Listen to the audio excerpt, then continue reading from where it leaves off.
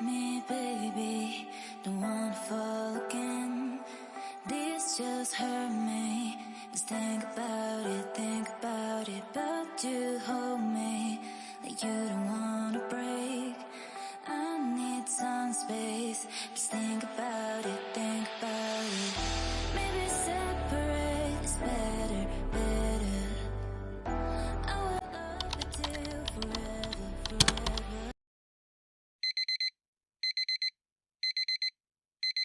असलकम welcome back to my AIIMS digital universe. I hope you are doing really well. आज का vlog बहुत ही ज़बरदस्त ही रूटीन शेयर करूँगी आपके साथ। प्रोडक्टिव सी रूटीन है, फुल डे का व्लॉग है 7 AM से 5 PM तक, यानी कि शाम की रूटीन बहुत ही ज़बरदस्त फन मील आइडियाज़ के साथ। सो यहाँ पर जो है वो अर्ली राइज़र जो मैं हमेशा से ही नहीं हूँ, लेकिन अब काफ़ी हद तक जो है मैंने स्केड्यूल को चेंज कर लिया है और मैं उठने लग गई हूँ जल्दी। सो मॉर्निंग में नमाज़ वगैरह के बाद अगेन से मैं सो गई थी और अब मैंने बनाना था नाश्ता। और नाश्ते का क्लिप मैं आपके साथ शेयर नहीं कर पाई हूँ क्योंकि मैंने जो है वो लाइट सा ही नाश्ता बनाया था। राफ़ी तो सो रहा था तो मैंने सोचा कि अभी मुझे भी इतनी ज़्यादा भूख नहीं थी, तो पहले जो है वो मुझे काम जो करने वाले हैं थोड़े बहुत किचन के, मुझे जो है वो शामी कबाब बनाने थे। उसके लिए जो है वो चना दाल भिगो कर रखनी थी, तो वो मैंने रख दी थी। साथ में ना जो किचन टॉवल होता है, जब भी मैं काउंटर टॉप रात को क्लीन करके सोती हूँ तो उसमें जो है वो धो के देती हूँ। बाज़ औक़ात अच्छे से मैंने वॉशिंग पाउडर से उसको वॉश कर दिया था, लेकिन थोड़ी सी चिकनाई होती है जब अगेन सुबह से वो दोबारा लगाना पड़ता है। कहीं न कहीं जब कोई स्पिल ऑफ होता है तो चिकनाई आ जाती है कहीं किसी भी जगह पर। तो साथ में मैं थोड़ा-सा कभी-कभार गर्म पानी भी ले लेती हूँ और जो बचा हुआ है वो मैं उसी जो है वो टॉवल के ऊपर यूटिलाइज़ कर लेती हूँ। साथ में जो है वो मुझे रस्क रिफ़िल करने थे। रस्क जो हैं वो काफ़ी ज़्यादा क्वांटिटी में यूज़ होते हैं, मोस्टली राफ़े ही लेता है। तो एयर टाइट करके मैंने क्लिप लगा के रखे हुए थे, लेकिन जार बिल्कुल जो है वो खाली हो चुका था तो उसको मैंने रिफ़िल करना था। इलेक्ट्रिक केटल जो ग्लास की है मेरे पास, इसका क्वेश्चन आया है 2 से 3 बार। तो मैंने शेयर भी किया था कि इसकी कंपनी जो है वो बॉश कंपनी है और ये मैंने 4000 की ली थी दराज से, इंक्लूडिंग डिलीवरी चार्जेस। तो एरिया के हिसाब से होता है कि किस तरह से है, तो आपको मिल जाएगी 4000 में। काफ़ी अच्छी क्वालिटी की है, प्रीमियम है और अच्छे से बॉयल कर देती है पानी भी। अंडे भी मैंने इसमें बॉयल किए थे, तो काफ़ी अच्छा रहा था मेरा एक्सपीरियंस। थोड़ा-सा जो इसके साथ इश्यू है वो भी मैं आपको साथ-साथ बता देती हूँ, क्योंकि आपको पता है कि मैं हर चीज़ के प्रोज़ एंड कॉन्स बताती हूँ। तो इसमें मुझे इश्यू जो आया है वो ये कि इसकी हाफ़ लाइट, जो एलईडी लाइट इसमें लगी हुई है ना, वो हाफ़ ऑन होती है कभी और हाफ़ ऑन नहीं होती। पता नहीं क्या इश्यू है उसमें। तो बाकी जो है वो बिल्कुल अच्छे से वर्क कर रही है। तो दाल जो है वो काफ़ी देर से मैंने सोक करके रखी हुई थी। तो ये कीमा है, बीफ का कीमा, ये भी मैंने रात में रखा था और जल्दी होती है जब मुझे, तो मैं पैकेट में नहीं रखती हूँ और मैंने सोचा था कि जब ये फ्रीज़ हो जाएगा, निकालने में मुझे प्रॉब्लम होगी, तो मैं इसी तरह से इसी बर्तन में रखती हूँ कि मैं उसको थोड़ा-सा हीट अप करके अलग कर सकूँ। सर्दी है और फ्रीज़र में तो बहुत ही ज़्यादा अब टेम्परेचर डाउन होता है, तो बहुत ही ज़्यादा उसमें बर्फ़ बन गई हुई थी। और लहसुन भी मैंने रात को ही ना जितना उसमें डालना था वो पील ऑफ करके उसके ऊपर ही रख दिया था और साथ ही वो भी फ्रीज़ हो गया हुआ है। इस तरह से क्या होता है, मुझे ना लहसुन छीलने में बहुत ही क्या कहते हैं, लेज़ीनेस फ़ील होती है, तो मैं उसी टाइम कर लेती हूँ ताकि मुझे बाद में जो जल्दी-जल्दी की कुकिंग होती है ना, उसमें मेरी लहसुन छीलने का टाइम जो होता है वो नहीं होता। मैंने वैसे पाउडर बना के भी रखा हुआ है, लेकिन जो है शामी में जो है वो पाउडर भी मैं ऐड करूँगी, लेकिन साथ में जो फ्रेश थोड़ा-सा है वो भी मैंने ऐड करना था। तो साथ जो है वो खड़े मसाले मैंने डाल दिए थे, साबुत गरम मसाले के जितने भी होते हैं, तेज़पत्ता, दालचीनी, सफ़ेद ज़ीरा भुना हुआ और काली मिर्च, लौंग जो साबुत होते हैं वो सारे डाल दिए। साथ में नमक, सुर्ख मिर्च का पाउडर, हल्दी पाउडर और मेथी। थोड़े साथ में थोड़े से 2 प्याज़ थे, वो मैंने मीडियम साइज़ के चॉप करके, चॉप नहीं बड़े-बड़े पीसेज़ में काट के डाल दिए थे, क्योंकि इसको जो है वो मैंने वेट ही लगाना था। तो साथ में ये पाउडर का लहसुन है, ये पता नहीं क्यों बड़े-बड़े से टुकड़ों में हो गया है। काफ़ी देर से पड़ा हुआ है और अम्मी ने ही बनाया था ये, और यूटिलाइज़ काफ़ी तो हो चुका है, थोड़ा-सा ही रहता है। तो इस तरह से ये ना बड़े टुकड़े से बन गए हैं, तो अब मैं थोड़ा-सा तोड़ के इसमें डाल दिया है। तो यहाँ पर सारे जो है वो स्पाइसेस ऐड करने के बाद थोड़ा-सा पानी मैंने डाल दिया था। पानी जो है वो कम ही मैं डालती हूँ, क्योंकि जो है वो उस हिसाब से ही करना होता है, क्योंकि बिल्कुल ड्राई तो करना होता है इसको। तो 20 मिनट्स लगते हैं बीफ को गलने में और 20 ही लगते हैं दाल को। तो जैसे ही वो प्रेशर कुकर को वेट आ जाना था, तो मैंने जो है वो 20 मिनट्स के बाद चेक कर लिया था। उसके दौरान जो है वो टाइम को यूटिलाइज़ करेंगे, क्योंकि मल्टीटास्किंग करनी है हमने।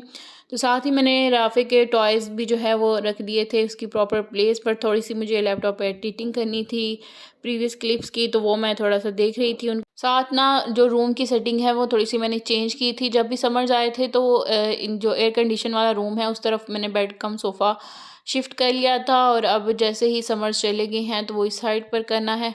साथ ही मैंने मील्स डिस्पेंसर भी ऑन कर लिया था, और टू डू लिस्ट वाली डायरी में जितने भी टास्क हैं वो लिख कर रखे हुए थे, और मैं थोड़ी-थोड़ी देर बाद चेक कर लेती हूँ उनमें कि क्या है, क्योंकि मुझे अब भूलने की बहुत आदत हो गई हुई है। तो इस तरह से नोट डाउन करने से मुझे याद रहता है कि मैंने कौन से काम जो है वो रहते हैं करने वाले। तो उसके बाद जो है वो थोड़ा-सा मैंने रिमोट की सेटिंग करनी थी। जब भी रिमोट जो ढूँढना होता है तो वो मिलता ही नहीं है, तो एक प्रॉपर प्लेस मैंने कहा उसकी सेट कर देती हूँ।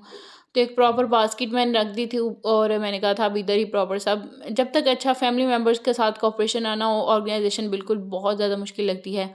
तो यहाँ पर भी ये ड्रेसिंग देखिए इस रूम में आ गया है, और यहाँ से बेड कम सोफ़ा दूसरे रूम में चला गया है। तो बात कर रही थी मैं ऑर्गेनाइजेशन की, तो जब तक सारे के सारे फैमिली मेंबर्स जो हैं वो आपके साथ कोऑपरेशन के साथ नहीं चलते, तो तब तक आप कुछ भी हो, चाहे वो आपका होम हो, कुछ भी ऑफ़िस किसी भी टाइप का आप काम करते हैं, तो जहाँ आपके कोलीग्स आपके साथ जो है वो टीम वर्क के साथ नहीं काम कर रहे हैं, तो वो करना मुश्किल ही होता है। एक बंदा जो है वो प्रॉपर उस चीज़ को मेंटेन करके नहीं चल सकता। एक सफाई करने वाला और 100 गन डालने वाले हों तो फिर वो काम मुश्किल ही होता है। तो इस तरह से मैंने जो है वो साथ बनानी थी दाल माश धुली हुई छिलके के बगैर जो होती है, बहुत ही ज़बरदस्त रेस्टोरेंट स्टाइल में, लेकिन मैं इसको बनाती हूँ थोड़ी-सी यूनिक, क्योंकि मैं इसको तड़का अलग से नहीं लगाती हूँ। एक तो ये क्विक मेथड है, पॉट ज़्यादा गंदी नहीं होती और बहुत ही अच्छी-सी बनकर रेडी होती है ढाबा स्टाइल में। तो इस तरह से मैंने जो है वो सारे जितने भी डालने हैं इसमें मसाले मैंने वो तैयार कर लिए थे। मैं सब कुछ ही डालती हूँ। प्याज़ कुछ लोग अवॉइड करते हैं लेकिन मैं ऐड करती हूँ, और प्याज़ भी टमाटर एक चॉप कर लिया था मैंने। साथ में ना जो लहसुन है वो मैं भी इसी तरह से डालूँगी। बाज़ औक़ात जो है वो मैं उसको मैश करके नहीं डालती हूँ, एज़ इट इज़ 4-5 जो है वो मैं तड़के में ही डाल देती हूँ। तो यहाँ पर जो है वो शामी का भी टाइम प्रॉपर हो गया था। एक दफ़ा मैंने बीच में चेक किया था लेकिन पानी तब मुझे ज़्यादा लग रहा था, लेकिन मैंने सोचा कि अभी गला भी नहीं है तो थोड़ी देर और लगा देती हूँ। तो इस तरह से इस कंडीशन में ये आ गया था, काफ़ी जो है वो अच्छे से गल गया हुआ है, लेकिन थोड़ा-सा पानी मुझे ज़्यादा लग रहा था, क्योंकि इसकी कंसिस्टेंसी हमने रखनी होती है काफ़ी हार्ड। तो इसको ज़रा टाइम था तो फिर मैंने दूसरा प्रेशर कुकर निकाल लिया, और इसमें मैं बनाऊँगी दाल। दाल माश तो वैसे जल्दी ही गल जाती है, लेकिन थोड़ी क्विक बनानी हो तो फिर 5 मिनट्स में बन जाती है ये प्रेशर कुकर में ही। तो तड़का रेडी कर लेते हैं दाल के लिए। साथ मैंने बनानी थी रोटियां। बाज़ औक़ात ऐसा होता है कि जब ज़्यादा थिन ग्रेवी वाली दाल बनती है तो राइस बन जाते हैं साथ, लेकिन आज मैंने ना बिल्कुल ये ड्राई ड्राई सी बनानी थी जिसमें बिल्कुल पानी नहीं होता। असली प्रॉपर जो इसकी रेसिपी होती है जैसे वो ड्राई सी होती है, ऊपर ऑयल का एक प्रॉपर होता है मसाले, तो वो बहुत ही प्यारी सी लगती है और टेम्पटिंग रेसिपी के साथ। तो यहाँ पर जो है प्याज मैंने ऐड कर दिए थे, हल्का सा ही मैंने उनको ब्राउन किया है, तो साथ ही मैंने टमाटर और वो भी डाल दिए थी, सब्ज़ मिर्च और लहसुन के जो है मैंने ना ऐसे ही बगैर मैश किए, बड़े बड़े जो होते हैं ना, ये जो एक तो देसी लहसुन होता है एक दूसरा वाला होता है, उसके जो बड़े जोए होते हैं वो 4 से 5 मैंने डाल दिए थे। पाउडर भी मैं ऐड कर लेती हूँ, और साथ ही जितने भी स्पाइसेस जाने थे, नमक मिर्च हल्दी वगैरह, वही मैंने डाले थे। नमक मिर्च हल्दी डालती हूँ और मैं, और गरम मसाला थोड़ा-सा भूनने के दौरान अगर डालें, और थोड़ा-सा जब खाना बन जाता है एंड पे डालें ना दाल पे, तो बहुत ही मज़े की बनती है। तो यहाँ पर तड़का जो है वो रेडी हो रहा था। साथ ही जो है वो मैंने देख लिया था शामी को, और वो भी काफ़ी अच्छे से अब जो है वो हार्ड हो गए थे। हल्का-सा पानी मुझे अभी लग रहा था, लेकिन ये जो है ना ये बिल्कुल ड्राई हो जाएगा जब ये बिल्कुल ठंडे होंगे। तो अभी थोड़े से ठंडे हुए थे तो मैंने कहा कि इसको शिफ्ट करती हूँ दूसरे बाउल में। तो यहाँ पर जो है तड़का अच्छे से रेडी हो गया था, और मैंने दाल डाल ली थी, पानी मैंने कम ही डाला था क्योंकि ड्राई बनानी है। इसको भी 10 मिनट्स के लिए मैंने लगाया था, और 10 मिनट्स में ये बहुत ही अच्छे से जो है वो गल गई थी। और यहाँ पर जो है शामी का मटेरियल मैंने इस तरह के बाउल में निकाल लिया था। बाज़ औक़ात जो होता है वो मैं इसको ग्राइंडर में कर लेती हूँ, और कभी-कभार जो होता है वो फिर मैं एज़ इट इज़ जो है वो हाथों से ही या मसल लेती हूँ, या जो पोटैटो मैशर आता है उसके साथ कर लेती हूँ। लेकिन आज मैं सोचा कि मैंने कहा इलेक्ट्रिक बीटर यूज़ करती हूँ, जल्दी भी हो जाएगा और ज़्यादा पॉट नहीं गंदे होंगे, उसी बाउल के अंदर मैं इसको बना लूँगी। तो यहाँ पर दाल रेडी हो गई थी, और थोड़ा-सा सब्ज़ धनिया मैं इसके ऊपर चॉप करके डाल दूँगी।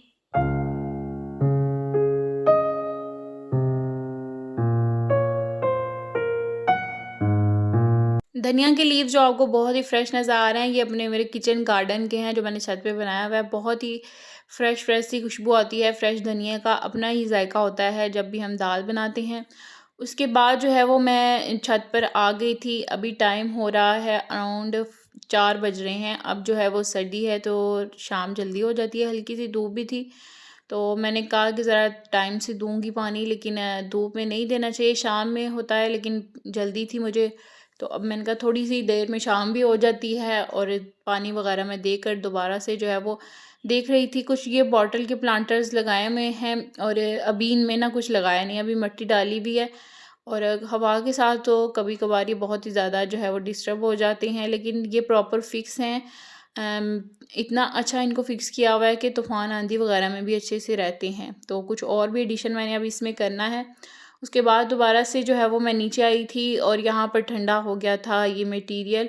और ये वाला जो बीटर है इसकी ये वाली एक्सटेंशन लगाकर मैंने इसको अच्छे से मैश कर लिया था। बहुत ही अच्छा सा मैश हो गया था ये।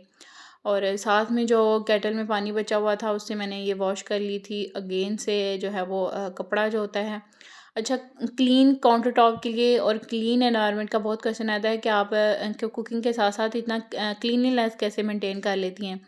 तो बिहाइंड द सीन मैं आपको दिखा नहीं पाती हूँ कि जैसे ही एक थोड़ा सा भी स्पिल ऑफ होता है ना, तो उसी वक्त मेरे हाथ में कपड़ा होता है, मैं उसी टाइम क्लीन करती हूँ और पड़ा नहीं रहने देती हूँ, क्योंकि साथ साथ क्लिप्स बनाने भी होते हैं, उसकी वजह से भी ज़्यादा आदत बन गई हुई है। और वैसे भी क्लीन काउंटर टॉप पर काम करने का अपना ही मज़ा होता है। यहाँ पर जो है वो शामी का मटेरियल ठंडा हो गया था, उसको मैंने शेपर के साथ जो है वो बटर पेपर की लेयरिंग में कर लिया था। ये थी आज की video. I hope you like. Thanks for watching. Allah हाफिज़।